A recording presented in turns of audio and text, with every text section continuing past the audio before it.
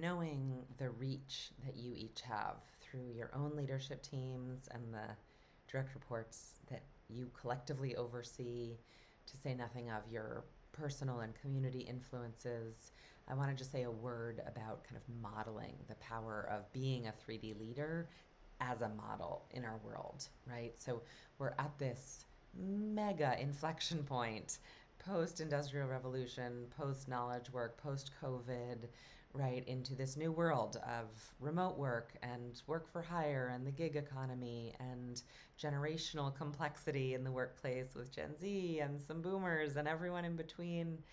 Um, and so, for you to spend this time and develop this language, these habits, these practices around 3D leadership, around your me and we and world outcomes, and then being really intentional about the inputs, the investments in the 6 spheres of impact, simply doing that is incredibly powerful to model a new way of working that is healthy, that is equitable, that is sustainable, and that is productive and innovative in order to survive the business climate today.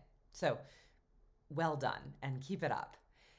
And immediately there are opportunities to more actively model this, right? To ask your team, what do they think about me, we, and world? That's the intention of the simplicity in this language, in these frameworks, is that they don't have to do this course or read my book or, do coaching with you or spend hours trying to figure out what this means. It's me and we and world. And there are ways to go deeper and to nuance that understanding and really take it further. But it's a pretty approachable question, right? So they may not have thought of it before, they may not have ready answers to it, but they can understand what you're talking about when you say, what do you want for me, you? What do you want for we, the team, or for your family or your friends at home? And then what do you want in the world? What matters to you when you think of your long-term legacy for grandchildren, biological or imagined or communal? And so I really encourage you, I invite you to start playing with this language, right? Talk about your self sphere, not as an indulgence or as a trendy eye roll self-care or pedicure, but as an investment in your well-being for performance for the team. And start using this language and asking your team about them. What do they invest in their self sphere or their family and friends?